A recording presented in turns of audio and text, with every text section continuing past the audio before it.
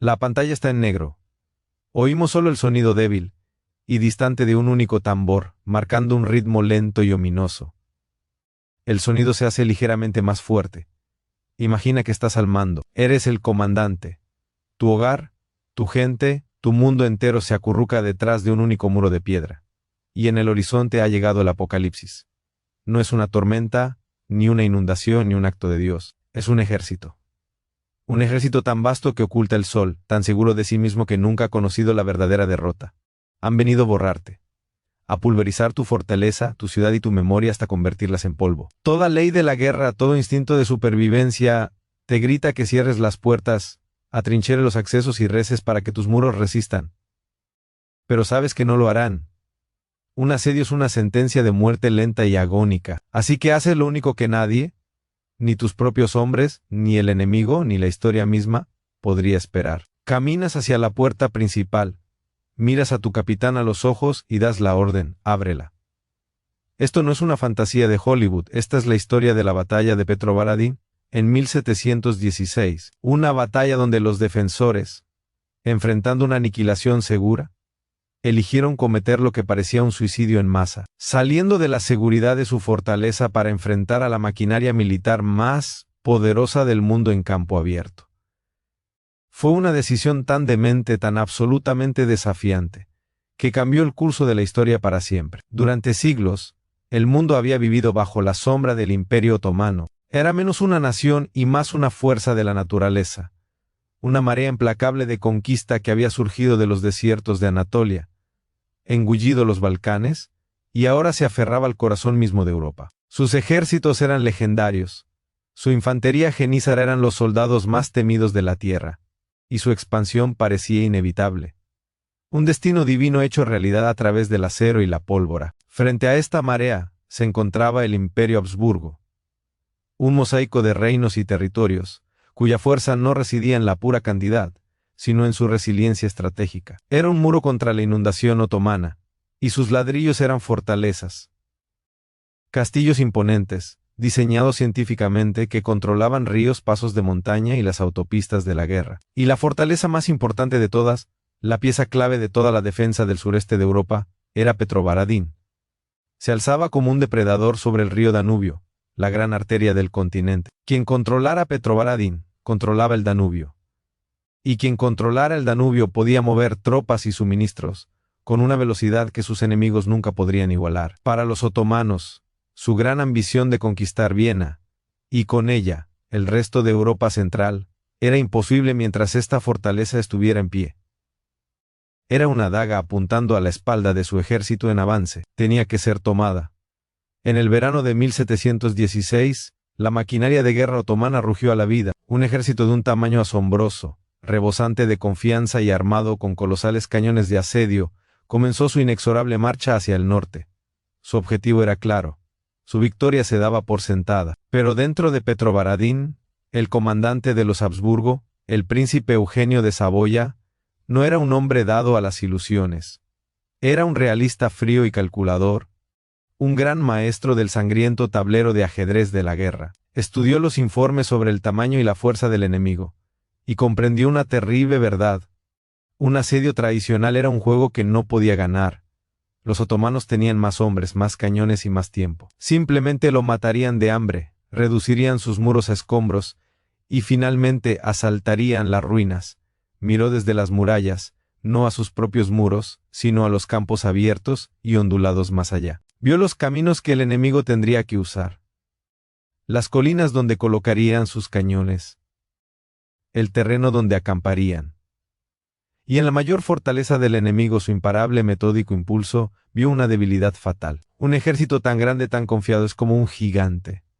Y los gigantes, a pesar de todo su poder, son lentos para girar. Si puedes entrar en su alcance, si puedes golpear antes de que estén listos, si puedes romper su ritmo, puedes hacerlos sangrar.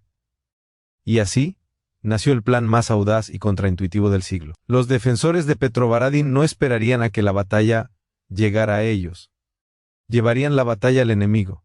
La marcha otomana era una visión del poder imperial, un río en movimiento de humanidad y acero que se extendía por millas, un espectáculo diseñado para aterrorizar, para aplastar el espíritu de cualquiera que lo presenciara mucho antes de que se disparara el primer tiro. A la cabeza de la columna estaban los genízaros, la infantería de élite, marchando en bloques perfectos y disciplinados, sus rostros sombríos, su determinación absoluta. Eran hombres nacidos y criados para la guerra, y nunca habían sido quebrantados en un asalto frontal. Detrás de ellos la tierra temblaba. Equipos de bueyes, sudando y esforzándose, arrastraban los grandes cañones de asedio. No eran cañones de campaña ordinarios, eran monstruos de bronce y hierro. Gigantes diseñados con un solo propósito, destrozar muros de piedra. Cada uno era una declaración de que ninguna fortaleza podría resistir la voluntad del sultán. La logística por sí sola era una obra maestra de organización militar. El valor de los suministros de una ciudad se movía con ellos. Montañas de grano, ríos de pólvora, interminables carromatos de municiones y herramientas. Todo protegido por enjambres de caballería ligera. Los temidos akunches, que exploraban los flancos, asegurando que el cuerpo principal nunca fuera sorprendido. Para los granjeros en los campos que veían pasar esta columna, debió parecer el fin del mundo. Una fuerza imparable, moviéndose con la lenta y aterradora certeza de un glaciar. Dentro de Petrovaradin, la atmósfera era exactamente la opuesta. No era el ritmo lento y pesado de la conquista, sino la energía frenética y nerviosa de un depredador preparando una emboscada. El príncipe Eugenio trabajaba incansablemente. Su plan era un torbellino de actividad precisa y poco convencional. Su infantería no practicaba cómo disparar desde los muros. Se entrenaban en los patios de la fortaleza, aprendiendo a maniobrar en campo abierto. Practicaban formar líneas, ejecutar descargas controladas y, lo más importante, retroceder en buen orden sin entrar en pánico. Estaba transformando una guarnición en un ejército de campaña, enseñándoles a luchar una batalla que todos creían que no podrían sobrevivir.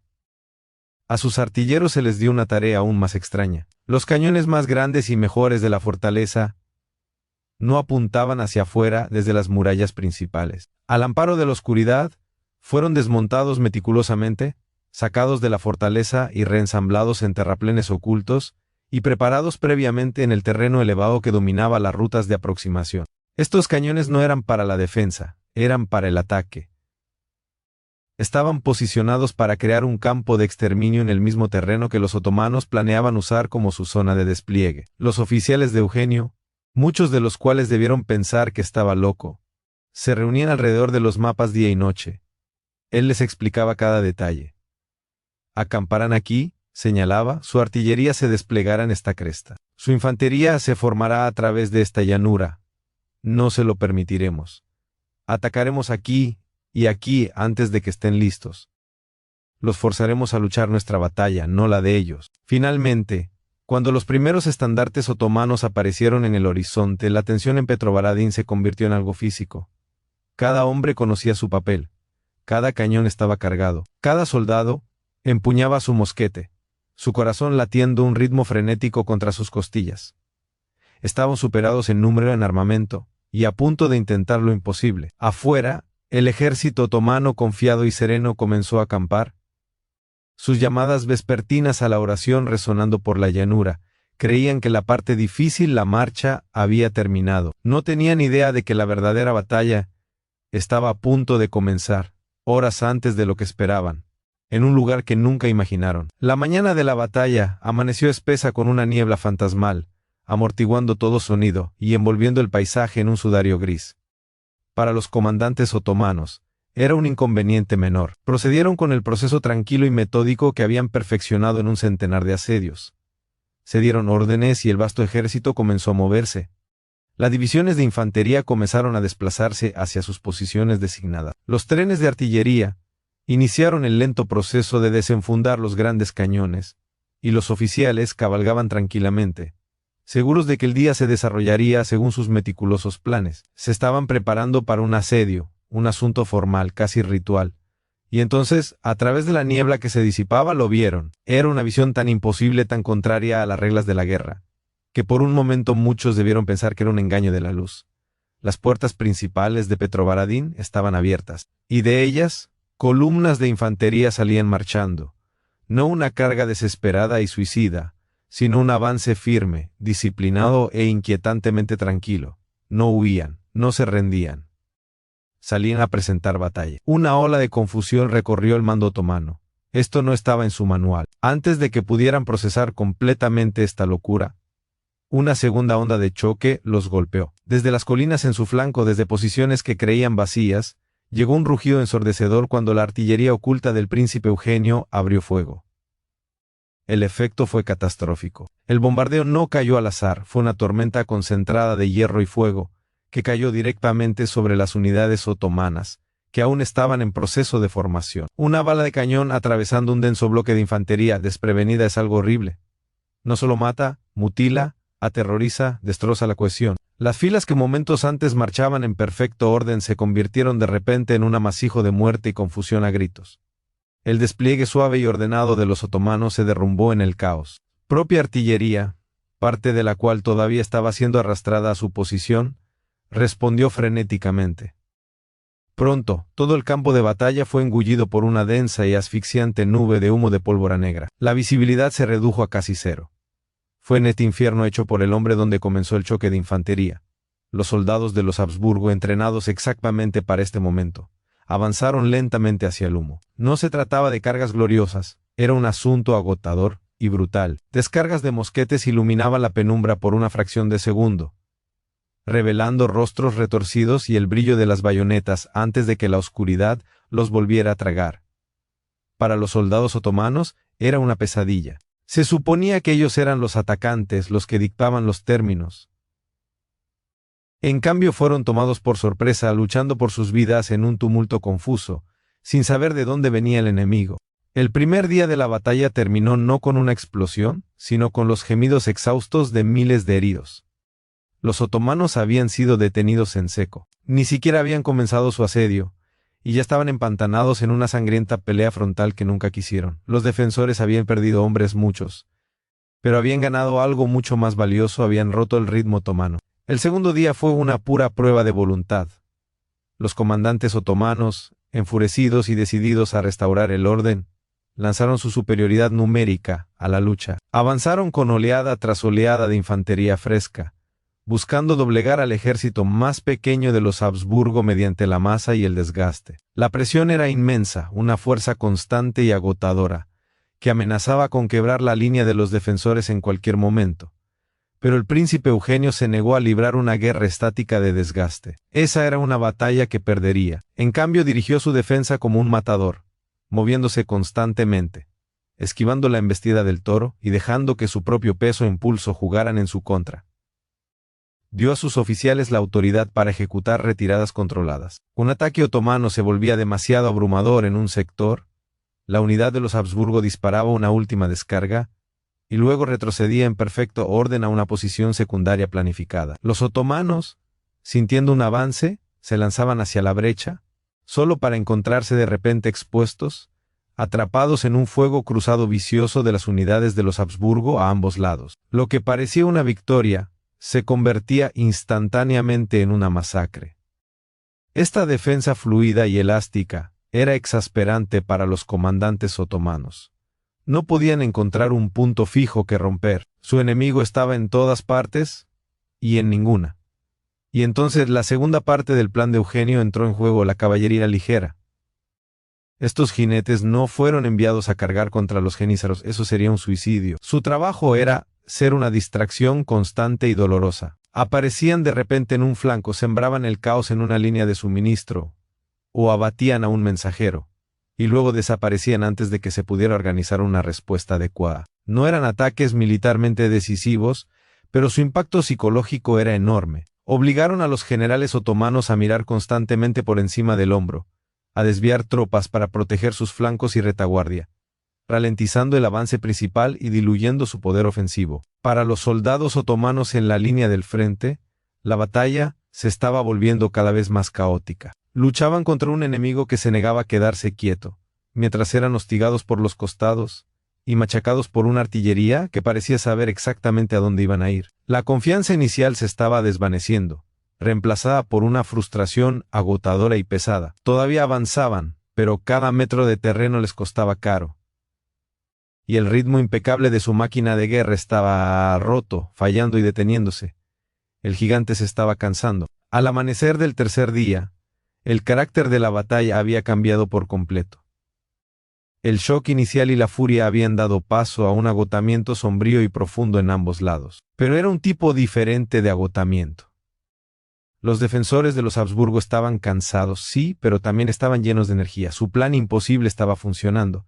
Todavía estaban en pie. Los otomanos, sin embargo, estaban agotados por la frustración.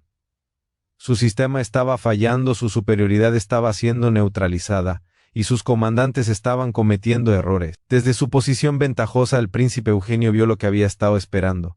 La línea otomana ya no era un muro sólido y cohesivo. Había brechas. Algunas unidades, en su afán por encontrar un punto de ruptura, habían avanzado demasiado por delante de su apoyo. Otras unidades, maltrechas y desmoralizadas, se estaban quedando atrás. La coordinación perfecta había desaparecido. Para un ejército masivo, este es el momento de mayor peligro. Es el momento justo antes de que la estructura se derrumbe. Eugenio sabía que no podía darles un momento para descansar, para reagruparse, para restaurar su orden. El tiempo de las tácticas inteligentes había terminado. Había llegado el momento del golpe mortal. Dio la orden. Cada cañón disponible en el ejército de los Habsburgo, tanto en los muros como en las posiciones ocultas, abrió fuego simultáneamente. Pero esto no fue un bombardeo extendido por todo el frente. Fue una tormenta de fuego concentrada y apocalíptica dirigida a un solo punto, el centro otomano. Fue un intento deliberado de decapitar al ejército, de destrozar su estructura de mando y de crear una brecha. Proyectil tras proyectil impactó en la misma área, convirtiendo el suelo en un volcán hirviente de tierra, metralla y cuerpos. En el corazón de ese caos, Eugenio ordenó un avance general. Toda la línea de los Habsburgo se lanzó hacia adelante. Esto no era una finta, ni una retirada táctica. Fue un empuje implacable, un muro de bayonetas, avanzando a paso firme, diseñado para aplastar lo que quedaba del centro otomano. La resistencia en algunos lugares todavía fue heroica. Focos de jenízaros, luchando con el coraje por el que eran famosos, mantuvieron su posición hasta el último hombre. Pero fue inútil. Su cohesión había desaparecido. Con su centro colapsando y la comunicación rota, las unidades en los flancos quedaron repentinamente aisladas. El pánico, ese pavor frío y rastrero, comenzó a apoderarse. Una unidad que ve a su vecina romperse y huir sabe que está a punto de ser envuelta. Fue en este preciso momento de vacilación que Eugenio desató su última carta de triunfo, su caballería pesada, que había mantenido en reserva durante 3 días.